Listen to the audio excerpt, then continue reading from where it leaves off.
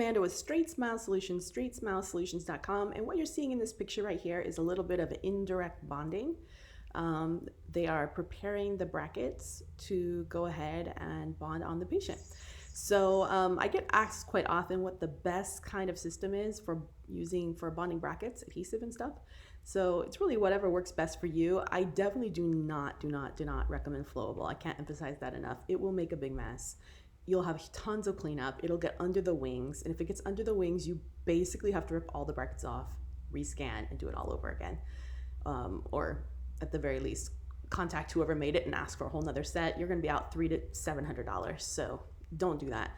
Just get the right type of composite, you know, your normal. First, you're gonna do your normal etch, your normal blue etch, assuming it's not a crown. And honestly, if you've got crowns, you probably shouldn't be doing braces anyways. You should be doing aligners or Invisalign because you can get the exact same outcome. Very rarely is there a case that you can't treat with Invisalign as long as you know what you're doing. But anyways, that's just an aside. For me, anytime there's crowns, it's a no-go unless it's on a second molar. For braces versus Invisalign, it's just too much of a hassle. Plus, in order to get the bracket to fit or stick to a crown, for the most part, you have to destroy the crown. The nicer the crown, the more likely you're gonna have to destroy the crown. The junkier the crown, you may not have to, even if you're using the Porce Etch kit. So anyways, that's just kind of a tip from an orthodontist. But yeah, normal blue etch, whatever your, I wouldn't recommend using the lollipops, the one-step etch prime in one, because they're very technique sensitive. I can do it, but I also know how to do it. And sometimes you get bad batches of it. So very technique sensitive. I think you only if you have an assistant who has a lot of skill, who knows exactly how to do it, would I recommend it.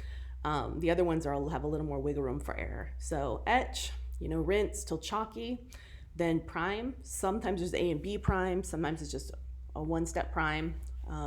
You have to read the directions. You got to scrub the prime in. You got to scrub it for 10 seconds. Do you not? Do you need to air thin? Do you need to air dry? Do you need a light cure? So read the directions because they're all different, right? And then you put, I like to use Transbond. That's my favorite. I think it's made by 3M Unitech. The one I like, it goes on purple or pink. And then when you light cure it, it turns clear.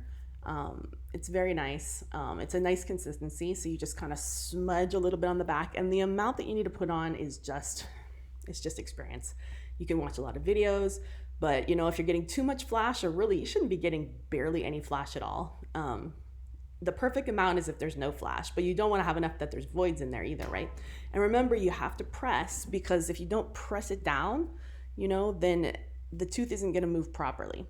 This is less of an issue with indirect bonding than it is with direct bonding, but you need to press that bracket down. So it's just a tiny smudge on the back of it. And it's a nice consistency, so when you push it, it does squish out, but it's not going to make a big mess. So yeah, and if you use too much glue, you're going to have cleanup, or it can curl as you smush it around the bracket wings, and now you're going to possibly have to redo your bracket. So you don't want to use too much. So try not to get too nervous. And one great tip that I've given other doctors that I've used is you can get these light-proof containers. The ones I always get are at your 420 stores or your Happy Green Herb stores. You can get those. You can order them online from Amazon too. They're black and they're smell proof and they're light proof. And they're not the size for aligners. They're bigger than that. But you can preload your aligners, in a more darker room, so you don't have to be stressed doing it in front of the patient. Put it in one of those containers in the morning. Label with the patient's name, and these things are ready to go. You just pull them out, and you don't have to waste your time. Then all you have to do is prepare the quadrant of the patient.